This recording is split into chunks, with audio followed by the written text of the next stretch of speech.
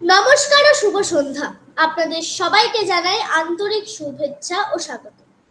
আমি প্রীতি মধু। আজ আমরা এক অত্যন্ত প্রাসঙ্গিক ও চিন্তন্য উদ্দীপক বিষয় নিয়ে একত্রিত হয়েছি, রবীন্দ্র শিক্ষাদর্শ ও আমরা। এই বিষয়টি শুধু শিক্ষার পরিধিতে সীমাবদ্ধ নয়, বরং আমাদের ব্যক্তি ও সমাজ জীবনের মূল্যবোধ গঠনের সঙ্গে গভীরভাবে যুক্ত। আজকের এই গুরুত্বপূর্ণ আলোচনাটি উপস্থাপন করবেন আমাদের সম্মানিত বক্তা ডক্টর শ্রুতি নাহা সেন। ডক্টর শ্রুতি নাহা সেন একজন বিশিষ্ট সঙ্গীত শিল্পী, গ্রন্থাগারিক ও লেখিকা। তার শিক্ষা জীবনের সূচনা হয় শান্তিনিকেতনের পাঠভবনে, যেখানে ছোটবেলা থেকেই তিনি সঙ্গীত ও সাহিত্য চর্চার সঙ্গে যুক্ত হন। শিক্ষা জীবনে তিনি কলকাতা ইউনিভার্সিটি থেকে রবীন্দ্র সঙ্গীতে রেকর্ড নাম্বার পেয়ে স্নাতক ডিগ্রি অর্জন করেন এবং রবীন্দ্র ভারতী ইউনিভার্সিটি থেকে স্নাতকোত্তর সম্পন্ন করেন। পরবর্তীতে যাদবপুর ইউনিভার্সিটি থেকে লাইব্রেরি অ্যান্ড ইনফরমেশন সায়েন্সে শিক্ষা লাভ করে বর্তমানে Ramakrishna mission institute of culture গোলপার্কের গ্রন্থাগারের দায়িত্বে কর্মরত আছেন। তিনি আকাশবাণী ও দূরদর্শনের একজন নিয়মিত শিল্পী এবং বিভিন্ন বিশ্ববিদ্যালয়ে রবীন্দ্রসঙ্গীতের পরীক্ষক হিসাবে যুক্ত রয়েছেন। তার তার গাওয়া রবীন্দ্রসঙ্গীতের অ্যালবাম প্রেমের রাগে, কৃষ্ণকলি, কাজ ভুলায়ে, শ্রুতির গান শ্রোতাদের হৃদয় স্পর্শ করেছে। এছাড়া তার দিদি ডক্টর সৌমি নাহা নাগ এর সঙ্গে যুগ্মভাবে প্রকাশিত গানে গানে, আলোয় মেতে, প্রেমের সেতার, অলসন অ্যালবামগুলি সমাদৃত হয়েছে সর্বমহলে। তাদের ভক্তিগীতির সংকলন চতুস্বরণ বিশেষভাবে উল্লেখযোগ্য। ডক্টর শ্রুতির গবেষণার বিষয় ছিল গীতবিতানে সঙ্গীত ভাবনা। তার গবেষণায় উঠে এসেছে রবীন্দ্রনাথের সঙ্গীত চিন্তা ও তার জীবনে সঙ্গীতের গভীর তাৎপর্য। তার রচিত গ্রন্থ শান্তিনিকেতনের দিনলিপি শান্তিনিকেতনের আশ্রমিক জীবনে এক অনন্য দলিল। এমন একজন বহুমাত্রিক প্রতিভার অধিকারিণীকে আজ আমাদের মাঝে পেয়ে আমরা সত্যি গর্বিত ও আনন্দিত। আর দেরি না করে আমি ডক্টর শ্রুতি নাহা সেনকে তার মূল্যবান বক্তব্য রাখার জন্য আন্তরিকভাবে আমন্ত্রণ জানাচ্ছি। ধন্যবাদ। ওং পিতানোসি পিতানো বোধিঃ নমস্তেস্তু মামাহিংসিঃ বিস্মানি দেব সবিতরদুরিতানি পরাসুবা यदभद्रं तन्न आसुवा नमः शम्भवाय च मयोभवाय च नमः शङ्कराय च मस्कराय च नमः शिवाय च शिवतराय च ॐ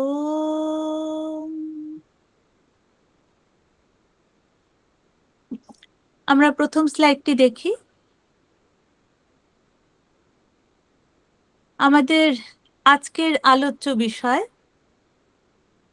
রবীন্দ্র শিক্ষাদর্শ ও আমরা।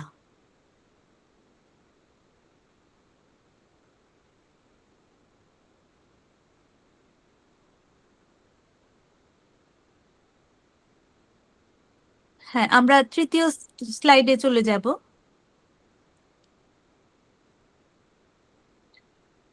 রবীন্দ্র শিক্ষাদর্শ নিয়ে প্রথমে আলোচনা করব। রবীন্দ্রনাথ তার শিক্ষা ভাবনা নিয়ে ক্রমাগত পরিবর্ধনের মাধ্যমে কোন পর্যায়ে আসছেন এবং আমি শেষের দিকে আলোচনা করব আমি যখন পাঠভবনে পড়েছি, আমি এবং আমরা সকলে যারা পাঠভবনে পড়েছি শান্তিনিকেতনে, তখন আমরা আশ্রমের শিক্ষাকে কিভাবে পেলাম।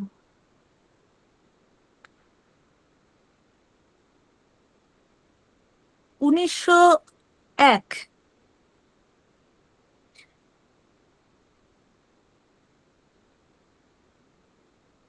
1901-এ ব্রহ্মচর্য বিদ্যালয়ের মাধ্যমে রবীন্দ্রনাথ প্রথম তার শিক্ষা প্রণালীকে প্রয়োগের পথে নিয়ে এলেন।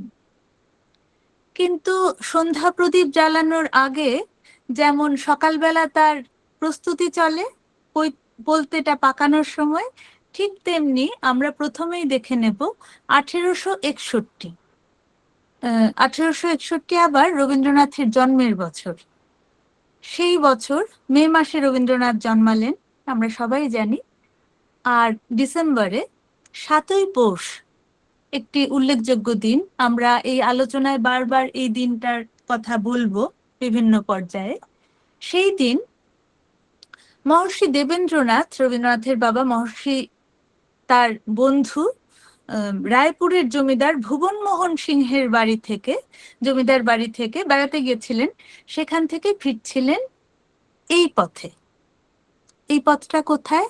বোলপুরের খুব কাছে একটা অঞ্চল, বীরভূমের রাঢ় অঞ্চল, খোয়াই, রুক্ষতায় ভরা। সেখানে সুজলা সুফলা তো নয়, ভালো লাগার মতন খুব একটা কারণ ছিল না। তবু মহর্ষি যখন যাচ্ছেন, তখন দূরে দুটো ছাতিম গাছ দেখে তিনি পালকিতে যাচ্ছেন, পালকির বেয়ারাদের বললেন, তোমরা একটু দাঁড়াও। তখন সূর্য প্রায় অস্ত যাচ্ছে। সেই ব্রহ্ম মুহূর্তে তিনি ছাতিমের তলায় বসে ধ্যান করলেন। ধ্যান করার সময় তার একটা অলৌকিক উপলব্ধি হয়। তিনি সেদিনই স্বপ্ন দেখে নিলেন, আমি এই অঞ্চলে, এই জায়গায় আমার ধ্যানের জায়গা, উপাসনার জায়গা তৈরি করব। মহর্ষির সেই ইচ্ছে ক্রমাগত প্রাণের আরাম, মনের আনন্দ, আত্মার শান্তিতে রূপান্তরিত হলো এই শান্তিনিকেতন। তখন শুধু সেখানে ওই দুটো ছাতিম গাছ ছিল, আর একটু দূরে একটা বাড়ি ছিল যার নাম শান্তিনিকেতন বাড়ি। সেই বাড়ির নাম থেকেই অঞ্চলটির নাম হলো শান্তিনিকেতন। এই জায়গাটি সে সময় ছিল ডাকাতদের জায়গা, ডাকাতদের আখড়া। ডাকাত সর্দার নাকি এমন দুর্দণ্ড ডাকাত ছিলেন, নির্মম ডাকাত ছিলেন, তিনি রণপায়ে এক রাতে বর্ধমান গিয়ে ডাকাতি করে আবার ফিরে আসতেন এই অঞ্চলে। তো সেখানে তিনি, সেই ডাকাত যখন মানুষকে মেরেও ফেলতেন, তার মৃতদেহ এই ছাতিমের নিচে পুঁতে রাখতেন। এইরকম একটা রক্তাক্ত, ধ্বংসাত্মক জায়গা কিভাবে শান্তিনিকেতন তৈরি হলো, তার ধারাবাহিক গল্প আজ বলবো। আমি বক্তা নই, আমি গল্পই বলবো। 1863, আর 2 বছর পরে এই 20 বিঘা জমি রায়পুরের জমিদার ভুবনমোহন সিংহের কাছ থেকে মহর্ষি কিনে নিয়েছিলেন।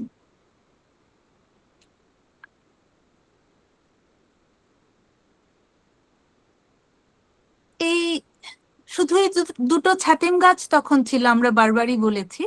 এই রুক্ষ অঞ্চলে তিনি দূর থেকে মাটি ফেলে এখানে গাছ, অনেক রকমের বড় বড় বৃক্ষ, বনস্পতি বলা যায়, ছোট গাছ নয়, বনস্পতির লাগালেন। ধীরে ধীরে আজ শান্তিনিকেতনে আমরা যেরকম প্রচুর গাছ দেখি, সেই রকম শান্তিনিকেতনে রূপান্তরিত হয়েছিল। সেই সময় তো গাছের প্রাণ আছে কেউ বলেননি, জগদীশ বোসের মতন করে। কিন্তু সেই প্রাণ, সেই গাছের প্রাণ কিভাবে ওই ডাকাতের জায়গা থেকে শান্তিতে রূপান্তরিত হলো, ভাবলে অবাক লাগে। তারপর চলে আসবো 1871। রবীন্দ্রনাথের সে বছর উপনয়ন হলো। উপনয়নের পর তিনি প্রথম তার ভৃত্য রাজতন্ত্র থেকে ছাড়া পেলেন, তার বন্দি জীবন থেকে ছাড়া পেয়ে শান্তিনিকেতনে এলেন বাবার সাথে। সেই প্রথম তার জীবনে মুক্তির আনন্দ।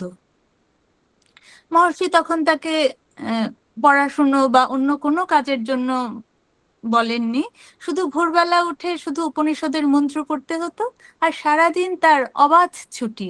তিনি গাছের নিচে বসে কবিতা লিখতেন, নিজের সাথে সময় কাটাতেন, নিজের সাথে গল্প করতেন। সেই একাকিত্বের মুক্তি সেই প্রথম পাওয়া শান্তিনিকেতনে। মহর্ষি কিন্তু এই অঞ্চলটিকে তার ধ্যানের জায়গা হিসেবে দেখতে চেয়েছেন। আমরা আগেও সেটা আলোচনা করেছি। সেই ইচ্ছের বাস্তব রূপ পেল 1890। সে সময় মন্দিরের ভিত্তিপ্রস্তর স্থাপিত হলো। আমরা শান্তিনিকেতনে এখনো যে কাঁচের মন্দিরটি দেখি, সেটি তখন স্থাপিত হয়েছিল। মহর্ষি চেয়েছিলেন এমন একটা মন্দির হবে যেখানে আলো হাওয়া সব অবারিতভাবে প্রবেশ করবে। অবনীন্দ্রনাথ ঠাকুরের নকশায় রঙিন কাচের দেয়াল দিয়ে শ্বেত পাথরের মেঝেতে সেই মন্দির স্থাপিত হলো। অনেক পরে আমরা যখন শান্তিনিকেতনে পড়াশুনো করেছি বা পরে এখনো যখন যাই, সেই রঙিন কাচের মধ্য দিয়ে যখন আলো এসে সাদা মেঝের ওপর পড়ে, অদ্ভুত সুন্দর আলপনা এঁকে দেয়।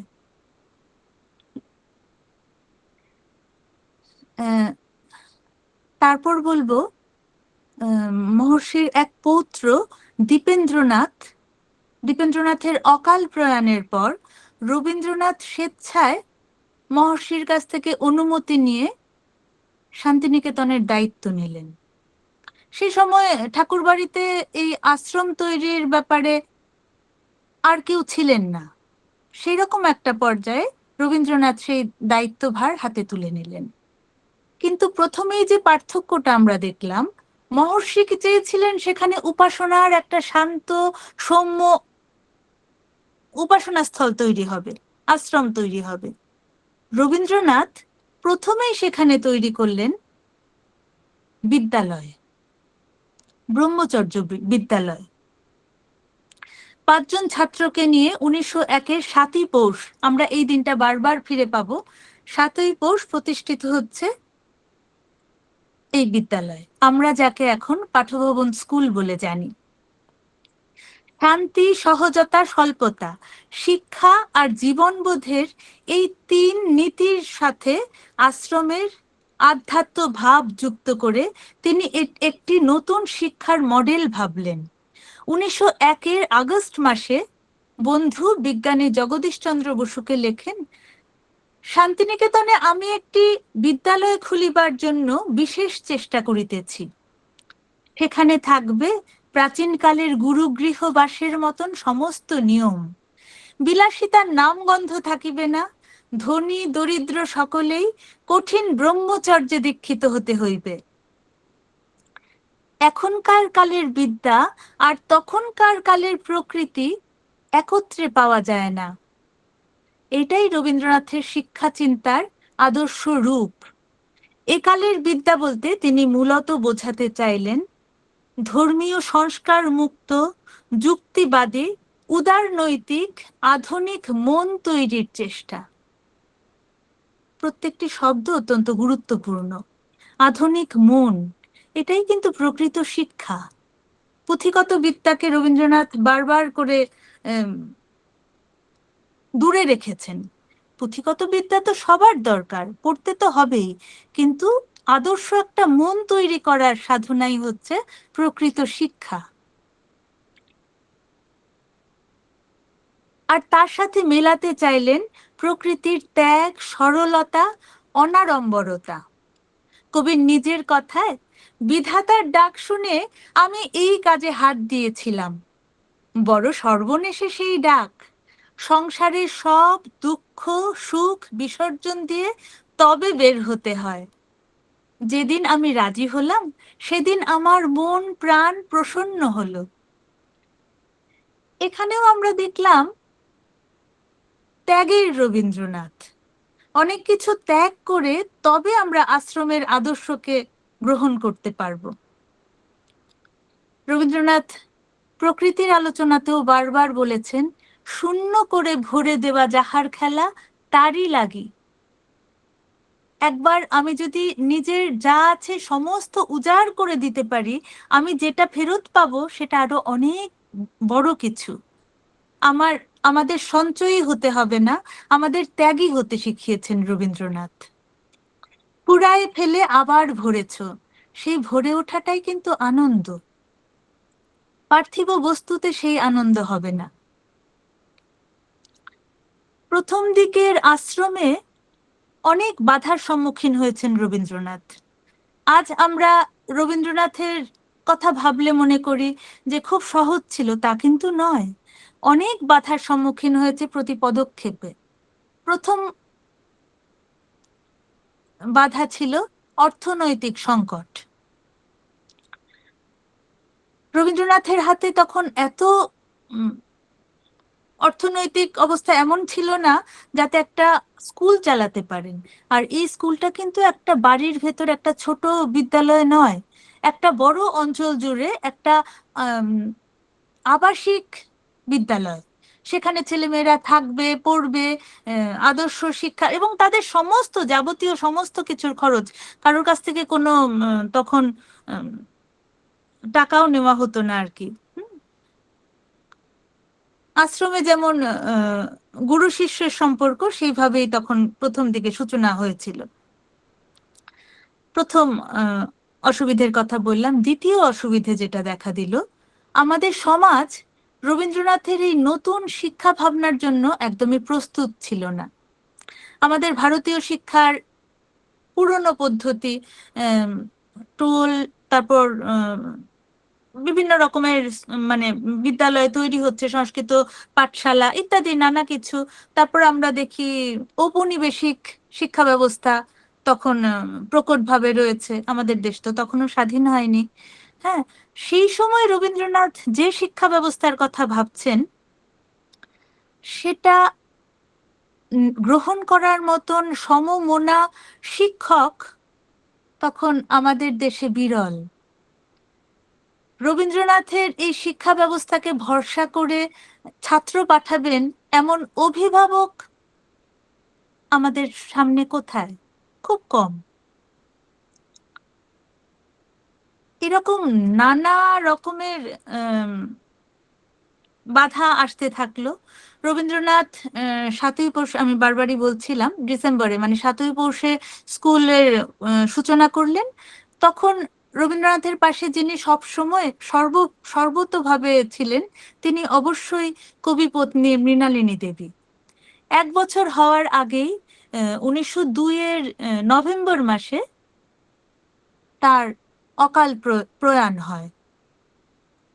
কাজেই আশ্রমে যিনি মায়ের ভূমিকায় ছিলেন তিনিও চলে গেলেন। সে সময় রবীন্দ্রনাথের দ্বিতীয় কন্যা রেণুকা অসুস্থ হয়ে পড়েন। ডাক্তারের কথায় তাকে তখন ডাক্তাররা যেমন পরামর্শ দিতেন, হাওয়া বদলে নিয়ে যেতে হবে। সেই কারণে রবীন্দ্রনাথকেই তখন কন্যাকে নিয়ে অন্যত্র চলে যেতে হয়েছিল। কাজেই আশ্রমে তখন তিনি পাকাপাকি ভাবে থাকতে পারছেন না।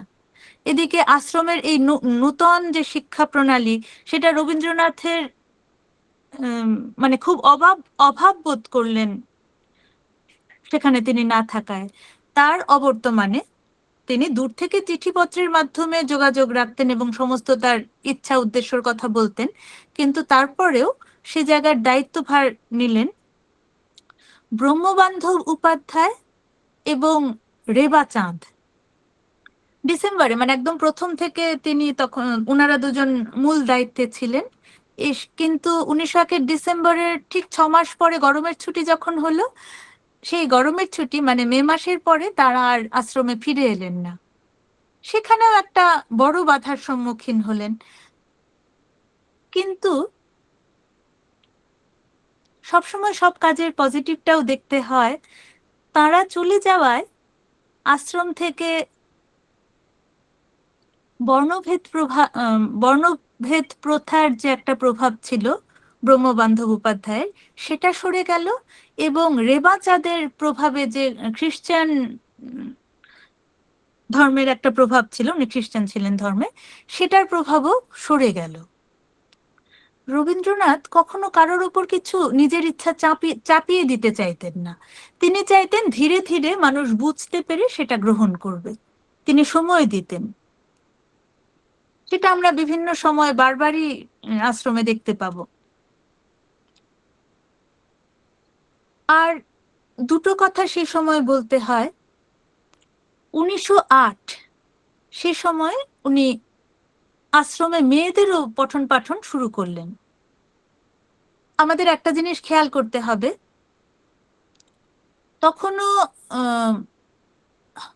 আমাদের দেশে আমাদের মেয়েদের শিক্ষা বলতে খুবই কম। বেথুন স্কুলের কথা আমরা জানি, এর আগে তো সূচনা হয়েছে, তবু ছাত্রী পাওয়া যাচ্ছে না।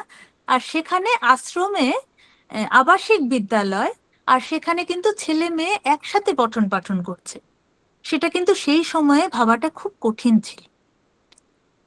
তবু রবীন্দ্রনাথের প্রচন্ড ইচ্ছায় সেটা শুরু হলো, কিন্তু 2 বছর পর 1910-এ সেটা বন্ধ হয়ে যায় নানা কারণে। সেই বিস্তৃত আলোচনায় আজকে গেলাম না। সেটা বন্ধ হয়ে যাওয়ায় রবীন্দ্রনাথ অত্যন্ত দুঃখ পেয়েছিলেন। তার আগে মেয়েদের উৎসাহ পড়াশুনোর অত্যন্ত সুন্দরভাবে এগোচ্ছিল। রবীন্দ্রনাথ তাদের জন্য নাটক লিখেছিলেন, লক্ষ্মীর পরীক্ষা তারা অভিনয় করেছিলেন, সবাই সেই সময়ের মেয়েরা। আরো অনেক কিছু, তারা অনেক কাজে এগিয়ে গিয়েছিলেন, তবু তাদের পড়া ওখানেই বিঘ্ন হওয়ায় রবীন্দ্রনাথ খুব দুঃখ পেয়েছিলেন। আহ, তারা যখন অনেকেই আশ্রম থেকে ফিরে যাচ্ছেন, তখন বর্ণনায় আমরা পাই রবীন্দ্রনাথ তখন তাদের দিকে তাকাতে পারছেন না, এত দুঃখ পাচ্ছেন। তখন তিনি একটা গান লিখলেন, জীবনে যত পূজা হলো না সারা। গানের কথাগুলো এই ঘটনার সাথে মেলালে আপনারা দেখতে পাবেন রবীন্দ্রনাথের ব্যথা এক একটা সময় এক একটা পর্যায়ে কিভাবে তিনি গানের মাধ্যমে ফুটিয়ে তুলেছেন। আরেকটি বাধার কথা বলবো, সে সময় বিভিন্ন ধর্মের ছেলেরা মেয়েরা আশ্রমে পড়তে এলেন। প্রথমে ছেলেরাই পড়তে এসেছিলেন।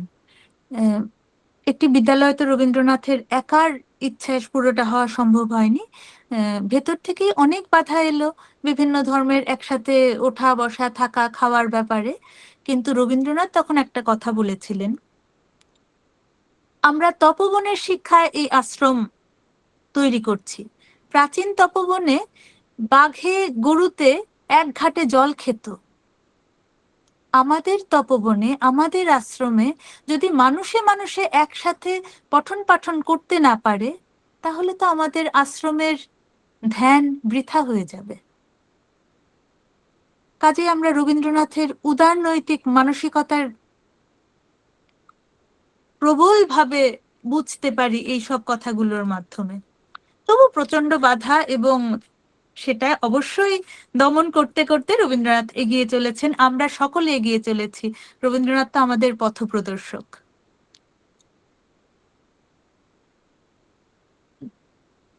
আমরা পরের স্লাইডে চলে যাই। আমি যখন শান্তিনিকেতনে এলাম, তার 50 বছর আগে 22শে শ্রাবণ ঘটে গেছে, তারও বেশি। প্রতিটি অণু পরমাণুতে প্রতিদিন রবীন্দ্রনাথের স্পর্শ অনুভব করছি। তার গানের বর্ণনায় তা আজকের গান হয়ে উঠেছে। এই যেমন, শালের বনে থেকে থেকে ঝড় দোলা বেড়াই হেঁকে হেঁকে জল ছুটে যায় এঁকে বেঁকে মাঠের পারে। এগুলো আমরা প্রতিনিয়ত দেখতে পাচ্ছি। একটা বইয়ে পড়া জিনিস আর চোখে দেখা জিনিসের মধ্যে আত্মস্থ করাটা তো অনেক সহজ হয়, অডিও ভিজুয়াল এড পরে আমরা যা আরো পড়েছি। কিন্তু শান্তিনিকেতনে আমাদের কিন্তু এমনটাই হতো। রবীন্দ্রনাথের গানের যে দর্শন তা আমরা চোখে দেখতে পাচ্ছি। আমরা হোস্টেলে, আমাদের তো আবাসিক ছিল বরাবরই প্রথম থেকে, আমি বারবার বলছি, কিন্তু তখন যদিও আশ্রমের পরিধি অনেকটা বেড়ে গেছে, যারা আশ্রমের শিক্ষক কর্মচারী সবাই যারা রয়েছেন তাদের ছেলেমেয়েরাও তখন বাড়ি থেকে পড়াশোনা করতে পারছে। এছাড়া কিন্তু পুরোটাই আবাসিক ছিল। তো আমরা যে হোস্টেলে থাকতাম, মেয়েদের হোস্টেলে, শিমুল ফুল ফুটে থাকতো প্রচুর বসন্তকালে। শিমুল ফুল পড়ে গেলে সেই ফুল দিয়ে আমরা তারের বেড়ায় রবীন্দ্রনাথের গান লিখছি, বসন্ত তার গান লিখে যায় ধুলির পরে। মানে রবীন্দ্রনাথের গানগুলো আমাদের জীবনের সাথে জুড়ে গেল। আমরা সবাই মিলে একসাথে গান গাইতাম। আমি আর দিদি একসাথে গান গাইতে ভালোবাসি, সৌমি শ্রুতি আপনারা জানেন। আমাদের সেই ভাবনাটাও কিন্তু এই শান্তিনিকেতনের একসাথে চলার আদর্শকে মাথায় রেখে। আমাদের একলা চলার পথে আমরা যতটা আনন্দ পাবো, আমরা সবাই মিলে সকলে মিলে চলায় কিন্তু সেই আনন্দটা শতগুণ বেড়ে যায় আমাদের জীবনের পথে। রবীন্দ্র সাহিত্যের কপিরাইট তখন উঠে গেছে। রবীন্দ্রনাথ তখন শুধু স্বরলিপির বইয়ে আটকে নয়, আপামর বাঙালির মন জুড়ে তিনি বিরাজ করছেন। বাঙালির আটপৌরে জীবনে তাকে ছুঁয়ে থাকাটাই আমাদের তখন একটা স্নিগ্ধ ভালোবাসা। সেই সময়ে আমরা শান্তিনিকেতনে গেছি। অর্জুন সুভদ্রার পুত্র অভিমন্যু গর্ভাবস্থায় চক্রব্যূহের ভেতরে ঢোকা শিখে গেছিলেন। মহাভারতের গল্পে আমরা জানি। আমাদেরও তাই হলো। আমার মা বাবার দৌলতে আমাদের জন্মের আগেই আমরা রবীন্দ্র আবর্তে প্রবেশ করেছিলাম। আর শান্তিনিকেতনে আসায় সেটা যেন অনুঘটকের মতন কাজ করলো।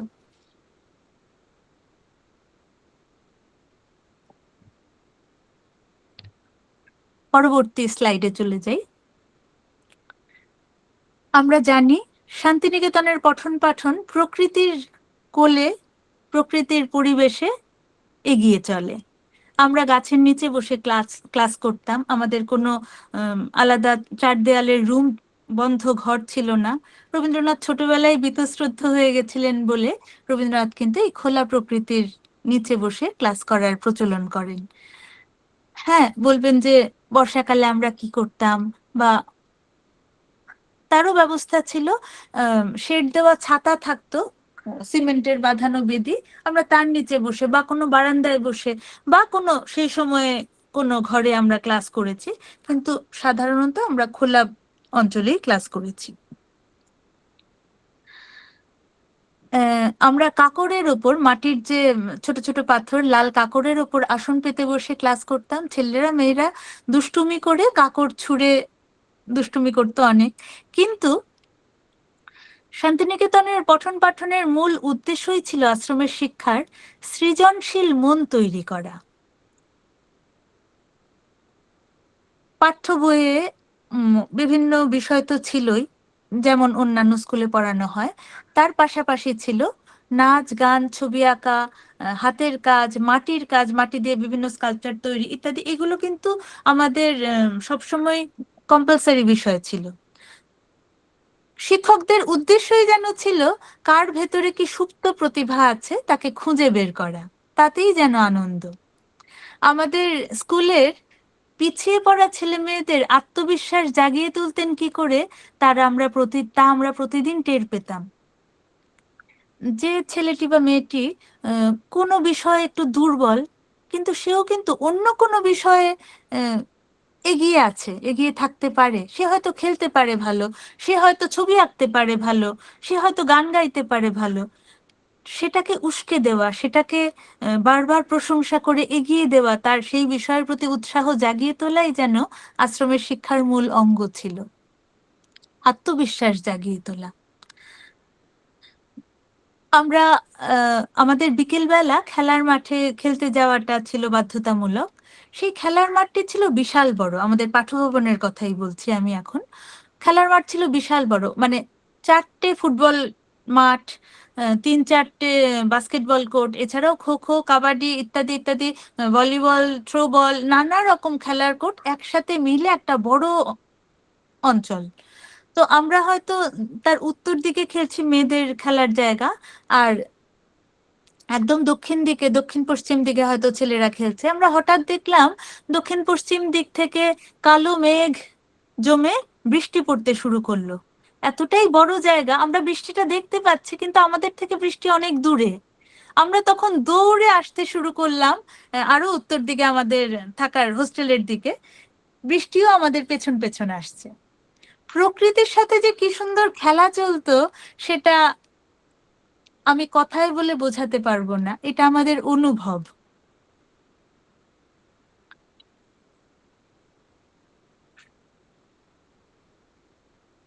আশ্রমের আরেকটি গুরুত্বপূর্ণ দিক হচ্ছে প্রতিযোগিতা নয়, সহযোগিতা।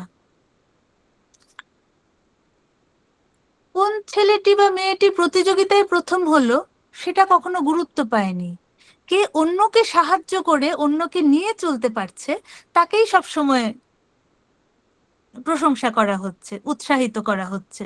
আমাদের প্রতিযোগিতা হতো না এমনটি নয়, হয়তো গানের প্রতিযোগিতা হলো, প্রত্যেকে মঞ্চে এসে একটি একটি করে গান গেয়ে গেল, আহ, প্রথম দ্বিতীয় তৃতীয় স্থানও পেল, কিন্তু সেটা গুরুত্ব পেল না। আহ, দর্শক আসনে আমরা যারা সবাই বসে আছি, আমরা খেয়াল করতাম কোন গানটা আমার জানা নেই। আমাদের উদ্দেশ্য থাকতো তার কাছ থেকে গানটা শিখে নেওয়া, এবং সেও আনন্দের সাথে আমাদের গান শিখিয়ে দিত। পুরস্কার দেওয়ার ব্যাপারটাও ছিল একটু অন্যরকম। কখনো মঞ্চে ডেকে ঘোষণা করে পুরস্কৃত করা হতো না, সবার আড়ালে আমাদের অধ্যক্ষের ঘরে ডেকে পাঠানো হতো। পুরস্কারটি নিয়েই ব্যাগে ঢুকিয়ে দৌড়ে চলে যেতে হবে স্কুল থেকে। মানে কোনো বন্ধুকে দেখিয়ে একজন পুরস্কার পেলে বাকি আরো 30-40 জন দুঃখ পেয়ে ডিমোটিভেটেড হবে, এটা কিন্তু আশ্রমের শিক্ষা নয়। সবাইকে উৎসাহ দেওয়া, সবাইকে নিয়ে চলার একটা অদ্ভুত আনন্দের শিক্ষায় আমরা বড় হওয়ার সুযোগ পেয়েছি। উৎসব অনুষ্ঠান। আচ্ছা, গুরু শিষ্যের সাথে সম্পর্ক। আমরা সেখানে সবসময় শিক্ষকদের দাদা দিদি সম্বোধন করতাম, এবং আমাদের সম্পর্কটাও ছিল খুব সহজ, আত্মিক, পারিবারিক সম্পর্কের মতন।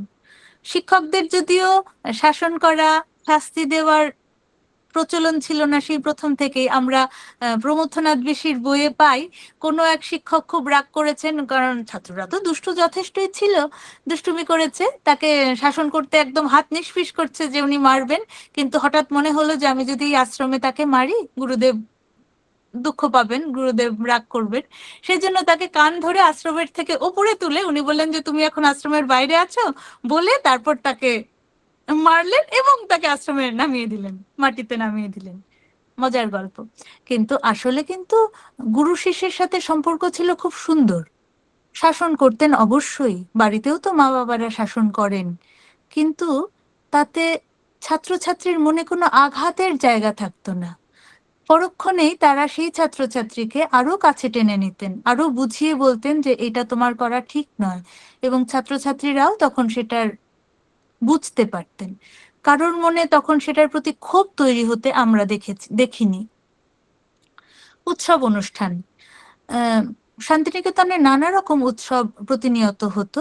প্রতি সপ্তাহেই যেমন সাহিত্য সভা হতো, আর বিভিন্ন ঋতু অনুষ্ঠান, বা আরো অনেক অনেক অনেক অনুষ্ঠান হতো। বর্ষামঙ্গল, শারদোৎসব, বসন্ত উৎসব, 7ই পৌষ, আহ বসন্ত কবিতা পাঠের আসর, এরকম নানা অনুষ্ঠান, স্বদেশী গানের আসর, নানা অনুষ্ঠান লেগেই থাকতো।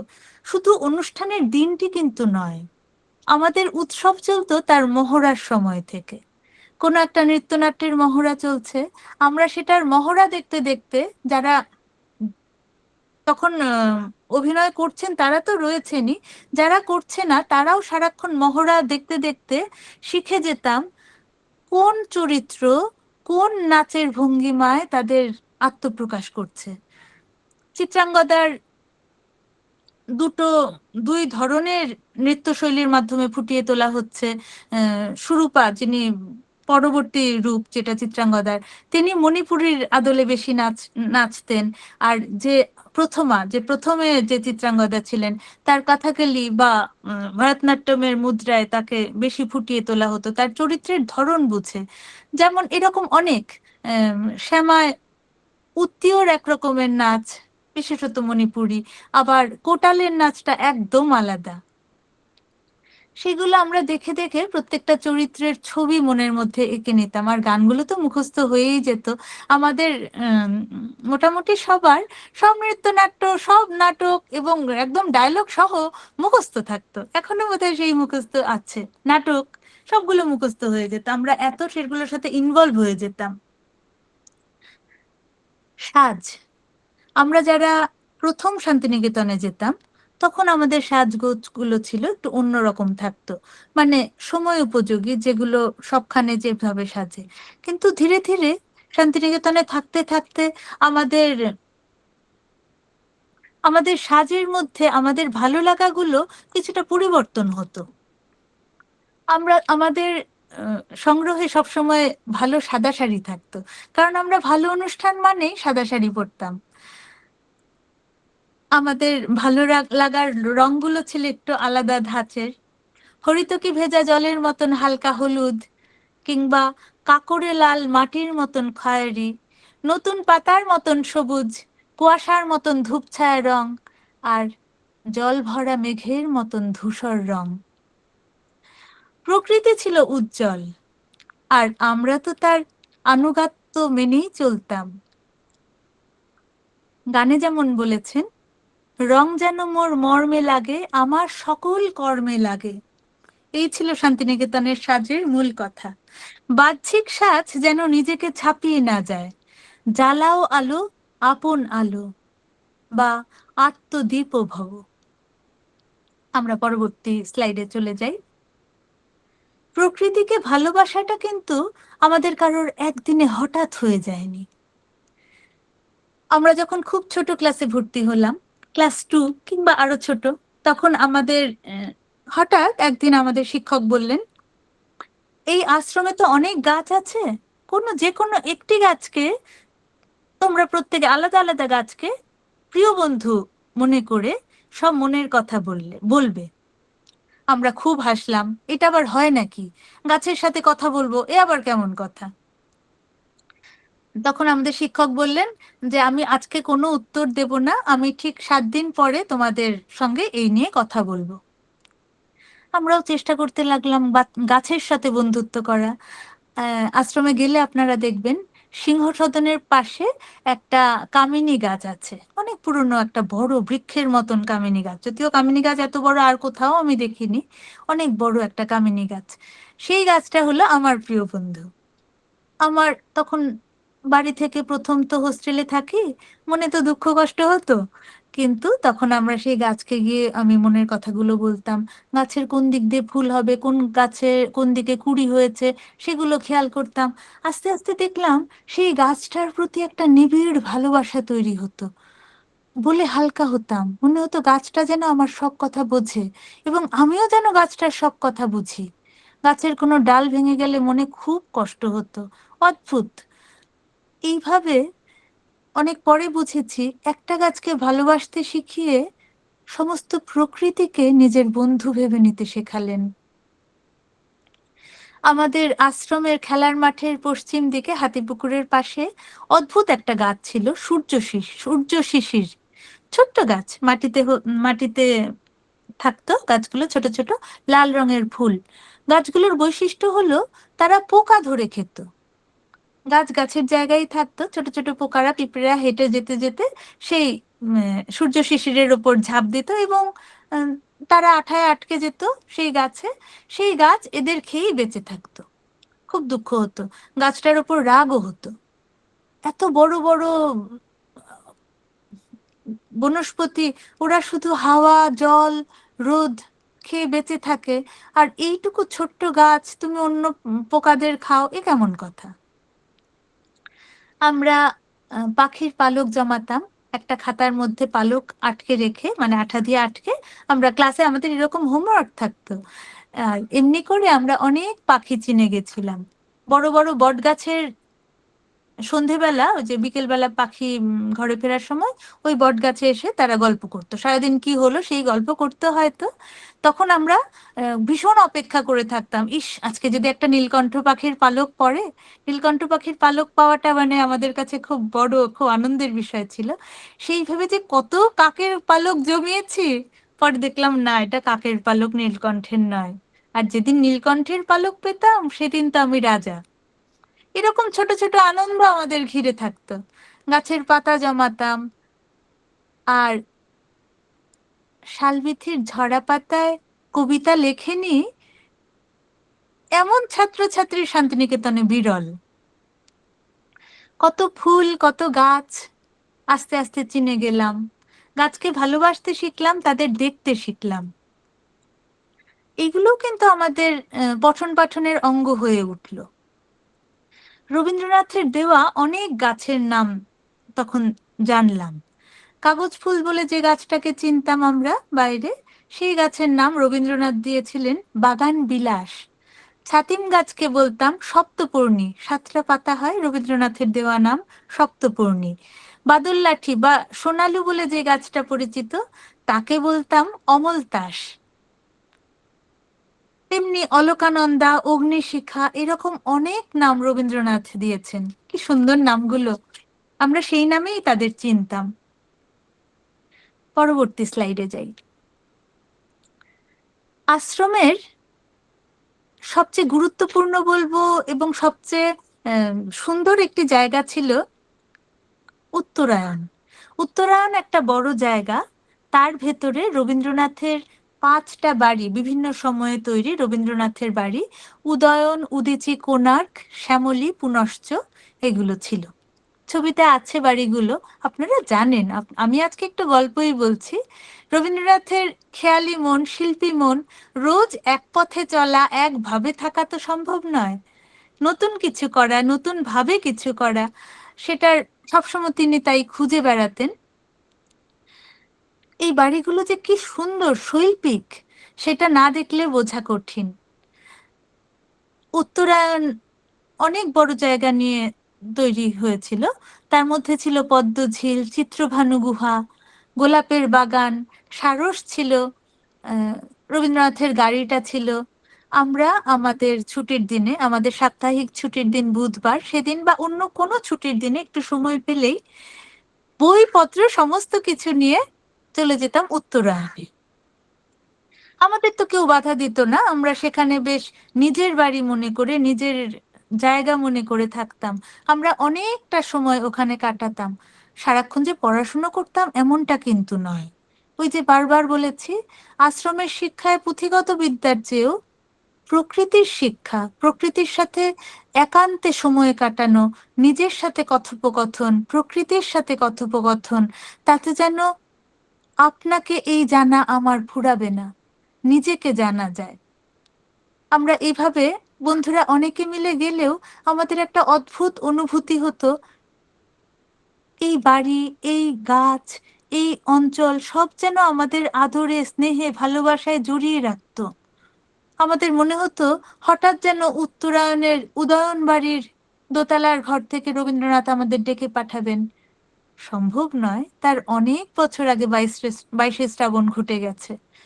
কিন্তু তারপরেও এ যেন একটা ভালো লাগার অনুভূতি, ওই একটা স্নেহ, একটা ভীষণ প্রশ্রয়ের ছায়া যেন আমরা অনুভব করতাম।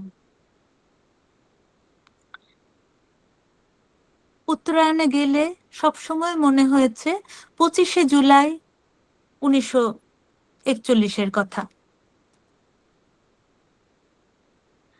রবীন্দ্রনাথ যখন শেষবার শান্তিনিকেতন থেকে কলকাতায় চলে এলেন, সেই দিনটির কথা। আমরা তখন ছিলাম না কেউ। আজকে যারা আমরা এই গল্প বলছি, সবটাই আমরা রানীচন্দ্রের বইয়ের বর্ণনা থেকে পড়েছি। এমন সুন্দর করে তিনি লিখেছেন, উত্তরায়ণে গেলে মনে হতো আমরাও যেন সেই দিনটায় ছিলাম। সবাই মিলে কাকর ঢালা রাস্তার উপর লাইন করে দাঁড়িয়ে গুরুদেবকে বিদায় জানাচ্ছেন চোখের জলে। সবার মনে শঙ্কা ছিল হয়তো তিনি আর ফিরবেন না। সত্যি হয়েছিলও তাই। সবাই মিলে একসাথে একটার পর একটা গান গেয়েছিলেন। খুব মনে হতো সেই দিনটা যেন আমাদেরও ছুঁয়ে আছে।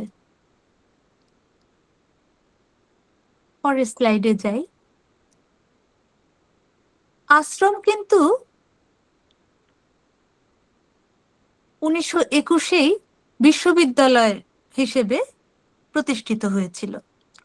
এই আশ্রমে অনেকগুলো ভবন, অনেকগুলো বিভাগ, অনেকগুলো ডিপার্টমেন্ট আছে। পাঠভবন, শিক্ষাসত্র, 2টি স্কুল। পাঠভবনের কথা আমি এতক্ষণ ধরে পাঠভবনের কথাই বলছি। শিক্ষাসত্র স্কুলটি পরে তৈরি হয়েছিল। আমরা জানি রবীন্দ্রনাথের পুত্র রথীন্দ্রনাথ এবং সন্তোষচন্দ্র, এই দুজনকে রবীন্দ্রনাথ আমেরিকায় পাঠিয়েছিলেন কৃষি বিষয়ে পড়াশোনার জন্য। তারা ফিরে এসে সেই বিষয়ের যে পঠন পাঠন এবং ভাবধারা বিশ্বভারতীতে তৈরি করেছিলেন। শিক্ষাসত্র স্কুলটি সেই সময়ে তৈরি। বিদ্যাভবন ছিল আর্টস ডিপার্টমেন্ট, মানে যত রকমের আর্টসের বিষয়গুলো রয়েছে সেগুলো বিদ্যা ভবনে পড়ানো হয়। শিক্ষা ভবন যেমন সায়েন্সের department, physics, chemistry, math, biology, আরো বিভিন্ন সায়েন্সের বিষয়গুলো, স্ট্যাটিস্টিক্স, এই বিষয়গুলো শিক্ষা ভবনে। তেমনি কলা ভবন আমরা জানি আর্ট অ্যান্ড ক্রাফট, স্কাল্পচার ইত্যাদি, পেন্টিং সবকিছুর জন্য। সঙ্গীত ভবন, এরকম আমরা জানি এই বিষয় প্রত্যেকটা ভবন আলাদা আলাদা। বিনয় ভবন যেমন এডুকেশন, বিএড, এমএড এগুলো পড়ানো হয়। পল্লী শিক্ষা ভবন আমরা জানি কৃষি এবং বিভিন্ন বিষয় নিয়ে পড়াশুনো, হাতের কাজ, এইগুলো নিয়ে পড়াশোনা করা হয়। এইরকম বিভিন্ন ভবনের মাধ্যমে বিশ্বভারতী ইউনিভার্সিটিতে পঠন পাঠন শুরু হয়, এই আলাদা আলাদা ডিপার্টমেন্ট করে। আমরা পরবর্তী স্লাইডে যাই। আমি বিষয়গুলো অল্প অল্প করে ছুঁয়ে যাওয়ার চেষ্টা করছি, গল্পের মতন করে। বৃক্ষরোপণ শান্তিনিকেতনের খুব বড় একটা আনন্দের উৎসব বৃক্ষরোপণ। কিন্তু এই আনন্দ উৎসবটা কবে হয় জানেন? হয় 22শে শ্রাবণ, যেদিন রবীন্দ্রনাথের মৃত্যুদিন। শুনতে অবাক লাগছে, কিন্তু রবীন্দ্রনাথ তো এমনটাই চেয়েছিলেন, মৃত্যুরে করিব তুচ্ছ প্রাণেরও উৎসাহ। একটি শিশু গাছকে সুন্দর করে সাজিয়ে নিয়ে আসা হতো, রাজবেশে সাজিয়ে তাকে নিয়ে এসে মাটিতে রোপণ করা হতো। হয়, প্রতি বছরই এটা হয়ে এসেছে। ছবিতে দেখলে বুঝতে পারবেন, প্রথম ছবিটাতে দেখছি যে গাছটাকে সাজিয়ে নিয়ে আসা হচ্ছে। দ্বিতীয় ছবিটা আপনারা একটু বড় করলে দেখতে পাবেন, মাটির ওপর, বালির ওপর বিভিন্ন চিত্র বিচিত্র করা আলপনা, সেই মাঝখানে যে একটা গর্ত করা হয়েছে না, সেখানে গাছটাকে রোপণ করা হবে।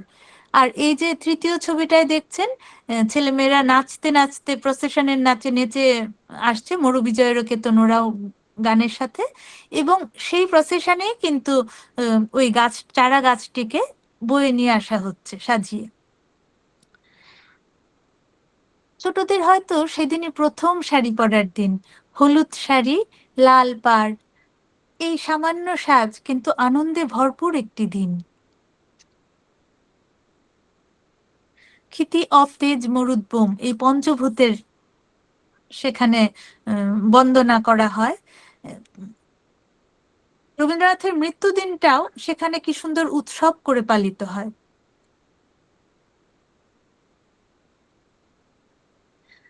অতিথি গাছটিকে নিয়ে আসার পর তাকে বরণ করা হয় গানের মাধ্যমে। গানের কথাটা এত সুন্দর, আপনাদের দু লাইন বলি। আয় আয় আয় আমাদের অঙ্গনে, আমাদের অঙ্গনে তুমি এসো। অতিথি বালক তরু দল, মানবের স্নেহ সঙ্গনে, চল চল আমাদের ঘরে চল। তাকে আহ্বান করে ঘরে আনা হচ্ছে, আর কি বলা হচ্ছে? অতিথি বালক তরু, তুমি অতিথি হয়ে এসেছো, আজ থেকে তুমি আমাদের প্রতিবেশী, আমাদের ঘরের মানুষ হলে, ঘরের লোক হলে। তাকে কত আদর করে যত্ন করে বরণ করে নেওয়া হলো। কাজেই বারবারই দেখা যাচ্ছে প্রকৃতি কিন্তু কোনো আলাদা বিষয় নয়, আমাদের জীবন যাপন, জীবন বোধের সাথে যুক্ত হয়ে আছে। প্রকৃতিতে প্রত্যেকটা অণু পরমাণু সমান গুরুত্ব পেয়েছে। তারপরে এই পরবর্তী স্লাইডে যাব, প্রকৃতি উৎসব। শান্তিনিকেতনের প্রকৃতি উৎসবের প্রথম সূচনা হয়েছিল 1907-এর বসন্ত পঞ্চমীর দিনে। সেদিন সোমেন্দ্রনাথ, রবীন্দ্রনাথের কনিষ্ঠ পুত্র, একটি উৎসবের আয়োজন করেছিলেন। 6টা ঋতুর গান এবং কবিতা গেথে তিনি একটি অনুষ্ঠান করেছিলেন। এবং আমরা জানি তার অল্প কিছুদিন পরেই রবীন্দ্রনাথের মৃত্যু হয়। কিন্তু এই যে এই সুন্দর একটা রীতির প্রচলন করলেন, সেই রীতি কিন্তু আজও শান্তিনিকেতনে বয়ে চলেছে। হঠাৎ করে বাইরে থেকে কোনো অতিথি এলে শান্তিনিকেতনে এই ঋতু উৎসব, মানে 6 ঋতুর কে মিলিত করে একটি উৎসবের আয়োজন এখনো হয়, ঋতুরঙ্গ যার নাম, প্রায়ই হয় এই অনুষ্ঠানটা। এছাড়াও শান্তিনিকেতনে বর্ষামঙ্গল, শারদোৎসব, বসন্ত উৎসব, বিভিন্ন ঋতুর অনুষ্ঠান হয়। বর্ষামঙ্গল শুধু একদিনের, বা যে কোনো অনুষ্ঠান শুধু একদিনের অনুষ্ঠান বললে ভুল হবে। এই যে ছবিতে দেখছি না, নিচে ছেলেমেয়েরা সবাই খেলছে, বর্ষার এই জলে খেলা, এটাই তো উৎসব। বৃষ্টিতে ভেজা, রোদে একদম রোদটাকে গ্রহণ করা পঞ্চ ইন্দ্রিয় দিয়ে, এই সবই তো আশ্রমের শিক্ষা। আপাত উপেক্ষিত হেমন্ত বা সব ঋতুই কিন্তু এখানে ভীষণ প্রকট ভাবে ধরা দিয়েছে। শান্তিনিকেতনের ঋতু বন্দনা এবং ঋতুকে জড়িয়ে থাকার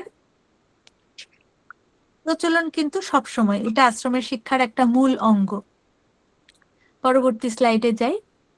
ছাতিমতলার গান। আমরা আগে ওই যে ৭ই পৌষের কথা বললাম, যখন মহর্ষি প্রথম ছাতিমতলায় বসে তার উপলব্ধি হয়েছিল, সেই দিনটাকে কেন্দ্র করে শান্তিনিকেতনে এখনো প্রতি বছর সেই দিনকে মনে করে, স্মরণ করে উৎসব পালিত হয়। উৎসবটা আর সমস্ত উৎসবের থেকে খুব তাৎপর্যপূর্ণ, গাম্ভীর্যপূর্ণ। ভোরবেলার আলো যখন এসে প্রথম ছাতিমতলায় প্রবেশ করে, সেই ভোরের আলোয় উপাসনার গান মন্ত্র উচ্চারিত হয়। আমরা অদ্ভুতভাবে এই দিনটার জন্য অপেক্ষা করে থাকি, কবে আসবে এই আমাদের উপাসনার দিন। অন্য সব উপাসনা থেকে এই দিনটা আলাদা। ছাতিমতলা, যেখানে বসে মহর্ষি দেবেন্দ্রনাথ ঠাকুর প্রাণের আরাম, মনের আনন্দ, আত্মার শান্তি লাভ করেছিলেন, সেখানে গেলে আজও আমরা তাই সেই ছোঁয়া, সেই অনুভবকে টের পাই। ৭ই পৌষ ছাড়াও ছাতিমতলায় মহর্ষি স্মরণের অনুষ্ঠান হয়। অনুষ্ঠান মানে সমবেত হই আমরা 19 জানুয়ারি মহর্ষির মৃত্যুদিনে। এই উপাসনার দিনগুলোতে মহর্ষির গান তো হয়, এছাড়া মহর্ষির লেখা গান, এছাড়াও ঠাকুরবাড়ির বিভিন্ন গান গাওয়া হয়। কারোর মৃত্যুতেই মহর্ষির বা রবীন্দ্রনাথের কথাও বললাম, শান্তিনিকেতনের শোকের থেকেও তাকে শ্রদ্ধা জানানোর মধ্যে কিন্তু একটা উৎসব পালিত হয়। তবে মহর্ষির স্মরণের দিন আমাদের পাঠভবনের কিচেনে ভবিষ্যান্নের ব্যবস্থা হয়। এটাও একটা শিক্ষা। আশ্রম পিতার স্মরণে সেদিন কিন্তু তাকে শ্রদ্ধা জানিয়ে সেইভাবেই দিনটাকে উদযাপন করা হয়। পরবর্তী স্লাইডে যাই। গান্ধী পূর্ণাহ। এই দিনটা আমাদের কাজের দিন। গান্ধীজি, মহাত্মা গান্ধী একবার মানে 1915-র 10ই মার্চ শান্তিনিকেতন আশ্রম দেখতে এসেছিলেন। তিনি আশ্রমে এসে অবাক হয়ে গেলেন যে এখানে হ্যাঁ, অনাড়ম্বর জীবন, আশ্রমের যেমনটি হওয়ার কথা সবই রয়েছে, কিন্তু আশ্রমের জীবনে কোনো কৃচ্ছ সাধন নেই। মহর্ষি বললেন, এমনটা তো হওয়ার কথা নয়। আশ্রমের ছেলেমেয়েরা সব নিজের কাজ নিজে করবে, রান্না করা, বাসন মাজা, ঘর ঝাড় দেওয়া, মোছা এবং সমস্ত কাজ ওরা নিজেরা করবে। ঠাকুর চাকরের প্রচলন ছিল। গান্ধীজি সেটা খুব আপত্তি তুললেন রবীন্দ্রনাথের কাছে। রবীন্দ্রনাথ ভাবলেন, ঠিক আছে, দেখাই যাক কি হয়। সেই থেকে সবাইকে, আমাদের সহযোগী যারা ছিলেন সেই সময়ে 1915-তে, তাদেরকে ছুটি দিয়ে দিলেন। ছেলেমেয়েরা, তখন শুধু ছেলেরা, ছাত্রদেরই ছিল, ছেলেরা প্রবল উৎসাহে সেই সব কাজে যুক্ত হলেন এবং অবধারিতভাবেই পড়াশোনায় কিন্তু ঘাটতি হলো। তারপরে ওই মার্চ মাসে তো সেটা শুরু হলো, মার্চ এপ্রিল, তারপরে গরমের ছুটি পড়ে গেল। এবার গরমের ছুটির পরে যখন ছেলেমেয়েরা ফিরে এলেন, তারা দেখছে যাদের ওই যে সহযোগী, যাদের রবীন্দ্রনাথ ছুটি দিয়ে দিয়েছিলেন, তারা আবার আশ্রমে বহাল হলেন, তারা আবার ফিরে এসেছেন। স্বাভাবিকভাবেই তখন তারা পড়াশোনায় আরো বেশি সময় দিতে পারলেন, যে যার কাজে নিযুক্ত হলেন। কিন্তু মহাত্মা গান্ধীর সেই চাওয়াটাকে সম্মান জানিয়ে এখনো প্রতি বছর গান্ধী পূর্ণাহের দিনটিতে আশ্রমের সব ছেলেমেয়েরা, শিক্ষকরা নিজের কাজ, আশ্রমের সমস্ত কাজ নিজের হাতে করেন। স্কুলের বড় ছেলেমেয়েরা মানে যারা দায়িত্বে থাকেন তারা একদম নোটিশ বোর্ডে টাঙিয়ে দেওয়া হয় কোন ক্লাস কোন সেকশন কোন কাজের দায়িত্ব পাবে। নতুন ঝাঁটা ঝুড়ি সব কিনে আনা হয়, তারা উৎসাহ নিয়ে একটা দিন সবাই সেই কাজ করে। এইগুলো সবই প্রতীকী, সবাইকে সব কাজের জড়তাটা কাটিয়ে দেওয়া হয়। বাস্তব জীবনে তো সব কাজ শিখে নেওয়াটা তাদের আত্মশক্তি বৃদ্ধি করে বটেই। আমরা পরবর্তী স্লাইডে যাই। উপাসনা, আমরা আগেই বলেছি আমাদের শান্তিনিকেতন আশ্রমের মন্দির স্থাপনের কথা। এই মন্দিরটি আমাদের সকলের কাছে খুব ধ্যানের জায়গা। ছোটবেলা থেকেই আমরা এখানে যেতাম, তবে উপাসনার সব তত্ত্ব কথা ভারী কথা আমরা সে সময় হয়তো বুঝতাম না সত্যি, কিন্তু গানগুলো খুব সুন্দর করে উপলব্ধি করতাম, প্রাণ ছুঁয়ে যেত। পূজা পর্যায়ের বিভিন্ন গান হতো, যেমন মনে পড়ে তুমি নব নব রূপে এসো প্রাণে, এসো গন্ধে বর্ণে, এসো গানে। হ্যাঁ, মানে পঞ্চ ইন্দ্রিয় দিয়ে তুমি তাকে অনুভবে তুমি আমার মাঝে এসো। সেই তুমি, সেই আমি তুমি, রবীন্দ্রনাথ তো সবসময় ঈশ্বরকে দেখছেন ভীষণ কাছের মানুষ হিসেবে। সেই তুমিকে জানার আগ্রহ আমাদের সেই সময় থেকেই তৈরি হলো। এই তুমিটা কে, তাকে কি করে পাবো? তাকে গানে পাবো। সব উপাসনার শেষে যখন মন্ত্র উচ্চারিত হতো আমরা জানতাম এবার আমরা শেষ পর্যায়ে চলে এসেছি। উপাসনার শেষে কোন মন্ত্রটি উচ্চারিত হতো? হসতো মা সদ্গময় তমসো মা জ্যোতির্গময় মৃত্যুর্মা মৃতঙ্গময় আবিরাবির্ম এধি রুদ্র ইয়ত্তে দক্ষিণাঙ্গমুখং তেন মাং পাহি নিত্যম। রবীন্দ্রনাথ এইসব মন্ত্রের বাংলায় অনুবাদ করেছেন, ছোট ছোট ছেলে মেয়েদের বুঝতে সহজ হয়েছে। আমরা পরবর্তী স্লাইডে যাই। আশ্রম সম্মিলনী, আমি বলেছি প্রথম দিকে রবীন্দ্রনাথ আশ্রমে ততটা থাকতে না পারলেও 1907-এর পর থেকে রবীন্দ্রনাথ পাকাপাকিভাবে আশ্রমে থাকতে শুরু করেন, এবং তিনি আশ্রমে থাকার পর থেকেই আশ্রমের দায়ভার সমস্তটাই তার উপরে এসে পড়ে, এবং তিনি নিজের ইচ্ছায় নিজের উদ্দেশ্যগুলো সেগুলোকে প্রয়োগ করার অবকাশ পেলেন। 1910 থেকে ছাত্র শাসন ব্যবস্থা পুরোটাই ছাত্রদের উপর ন্যস্ত হলো। সেটা কিরকম? ছাত্ররা অন্যায় করছে, ছাত্ররা সাহিত্য চর্চা করছে, ছাত্ররাই ছাত্রদের বিচার করছে, সমস্ত দায়িত্বটাই ছাত্রদের উপর দেওয়া হলো। এবং সেটা কিভাবে আমরাও দেখেছি আমাদের সময়ও, সেটা কিন্তু একেবারে সংবিধানের মতন নিয়ম, এবং ভোট একদম ব্যালট পেপারে ভোটের মতন ভোট হতো। সমস্ত ছেলে মেয়ে শিক্ষক ছাত্ররা শিক্ষকরা সবাই ভোট দিয়ে নির্বাচিত যারা হতো তারাই কিন্তু সেই দায়িত্ব পেত।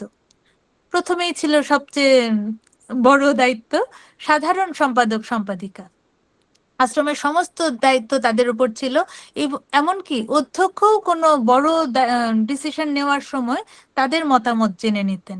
তারা যদি কোনো কারণে সেটা আপত্তি জানাতেন তখন কিন্তু সেটা ভেবে দেখতে হতো, সেটা পরিবর্তন করতে হতো। সাহিত্য বিভাগ সবসময়, সাহিত্য বিভাগের দায়িত্ব থাকতো মানে প্রতি সপ্তাহে সাহিত্য সভার আয়োজন করা। সেরকম বিচার বিভাগ, ছেলেমেয়েরা দুষ্টুমি করলে সেই বিচার করতেন সেই বিচার বিভাগের ছেলেমেয়েরা। সখা সংঘ বলে একটি লাইব্রেরি ছিল, সেই লাইব্রেরি চালাতেন ছেলেমেয়েরাই বই নিতেন, তারাই দায়িত্বে থাকতো। এই যে স্বনির্ভর শিক্ষা, সবাইকে সবকিছুর জন্য প্রস্তুত করে দেওয়া, সেবা বিভাগ একটা খুব দায়িত্বপূর্ণ খুব আনন্দের বিভাগ। আশেপাশের গ্রামগুলো অত্যন্ত দারিদ্র্যের মধ্যে তখনও রয়েছে, এখনো মানে আমরা যখন পড়েছি তখনও দেখেছি সেখানে কোন স্কুল মানে কোন জিনিসটার অভাব অনুভব করছে কোন ইয়েটা, সেটাকে নোট করে আনা হতো। আমরা যেতাম সেখানে ঘুরে তাদের সাথে কথা বলে সেগুলো আমরা জেনে আসতাম। আমরা কি করে সাহায্য করতে পারি? আমরা কারো কাছে তো সেটার জন্য চাইতে পারি না, না? আমাদের নিজেদেরই ততটা অর্থ সামর্থ্য মানে আশ্রমের তখন কখনোই নেই যে উদ্বৃত্ত আমরা তাদের দেব, কিন্তু আমাদের প্রবল উৎসাহ ছিল তাদের আমাদের সাহায্য করব। কি হতো, মহালয়ার দিন আনন্দবাজার বলে একটা মেলা হতো, ছাত্রছাত্রীদের নিজেদের হাতের তৈরি জিনিস বিক্রি হতো, কোনো কেনা জিনিস নয়। সেই বিক্রির যে লভ্যাংশ সেটা আমরা সংগ্রহ করতাম, সেটা কিন্তু অনেক দোকান মিলে অনেকটাই উম, বড় অ্যামাউন্ট তৈরি হতো। সেই টাকা দিয়ে আমরা সেই সেবা বিভাগের দায়িত্বে তত্ত্বাবধানে আমরা সবাই মিলে গিয়ে সেই গ্রামে গিয়ে তাদের সাহায্য করতাম। এই যে আনন্দগুলো যে কত বেশি আনন্দ হতো, মানে আমাদের প্রাণ শক্তি বাড়িয়ে দিত। ক্রীড়া বিভাগ, কি খেলা হবে, কি তার পরিচালনা হবে, সব ছেলেমেয়েরা করতো যারা দায়িত্বে থাকতো। স্বাস্থ্য বিভাগ, আহার্য বিভাগ, আশ্রমের খাবার ঘর ক্যান্টিন মানে পাঠভবন কিচেনে কি মেনু তৈরি হবে সেটা থেকে উৎসবের দিনে কি মেনু তৈরি হবে সবকিছু কিন্তু সেই আহার্য বিভাগের ছেলে মেয়েদের দায়িত্ব ছিল। এবং সর্বোপরি আমাদের সঙ্গে ছিলেন আমাদের ছাত্র সঞ্চালনার দায়িত্বে শিক্ষকরা। আমার পরবর্তী স্লাইডে যাব। আজকের আলোচনা এটা আমার শেষ স্লাইড। আমাদের শান্তিনিকেতন সে যে সব হতে আপন, এটি একটি গান। এটি একটি সাধারণ রবীন্দ্রসঙ্গীত নয়, এটি আমাদের আশ্রম সঙ্গীত। আমি গানটি এখন গাইব না, কারণ এটা আমরা অত্যন্ত শ্রদ্ধা ভালোবাসা আমাদের সমস্ত কিছু জানিয়ে আমরা উঠে দাঁড়িয়ে গাই। আজকের এই পরিসরে সেটা সম্ভব নয়। আশ্রমে সব অনুষ্ঠানের শেষে আমরা এই গানটি সমস্বরে চিৎকার করে প্রাণ খুলে গেয়ে অনুষ্ঠানের সমাপ্তি হয়। এই গানটি 1912-তে রবীন্দ্রনাথ লিখেছিলেন আশ্রমের জন্য। তার আগে আশ্রমের অনুষ্ঠানের শেষে কি গান গাওয়া হতো? জনগণ মন, এবং তার আগে গাওয়া হতো মোরা সত্যের পরে মন। জনগণ মন তখন অবশ্যই দেশের জাতীয় সঙ্গীত হয়নি, আমরা তখন পরাধীন দেশে, তো 1912 তো অনেক আহ, তখন তো আর দেশ স্বাধীন হয়নি, তখন ওই গান গাওয়া হতো। কিন্তু আমাদের শান্তিনিকেতন গানটি তৈরির পরে যারা আশ্রমে বড় হয়েছেন, এখন বিভিন্ন জায়গায় ছড়িয়ে আছেন সারা পৃথিবীতে, তারাই বুঝবেন এই গানটার মধ্যে আমাদের কতটা ইমোশন, কতটা অনুভূতি, ভালো লাগা জড়িয়ে আছে। গানের কথাগুলোই তার পড়লে আপনারা সেটা অনুধাবন করতে পারবেন। সবশেষে আমি ধন্যবাদ জানাবো প্রথমে আমার মা বাবাকে, যারা ভরসা করে আমাদের শান্তিনিকেতনে পাঠিয়েছেন। আমার এই মূল্যবান অভিজ্ঞতা সঞ্চয় করার সুযোগ হয়েছে। আমি ধন্যবাদ জানাবো আমার শিক্ষকদের, রবীন্দ্রনাথের এই আদর্শকে যারা বয়ে নিয়ে চলেছেন। অবশ্যই ধন্যবাদ জানাবো আজকের এই আয়োজক মোদক ট্রেনার একাডেমিকে। তারা ধারাবাহিকভাবে নানা বিষয় নিয়ে নানা সুন্দর সুন্দর অনুষ্ঠানের আয়োজন করেন প্রতিনিয়ত। তাদের ধন্যবাদ জানাবো অবশ্যই। কৃতজ্ঞতা ও ধন্যবাদ জানিয়ে আমি আমার বক্তব্য শেষ করছি।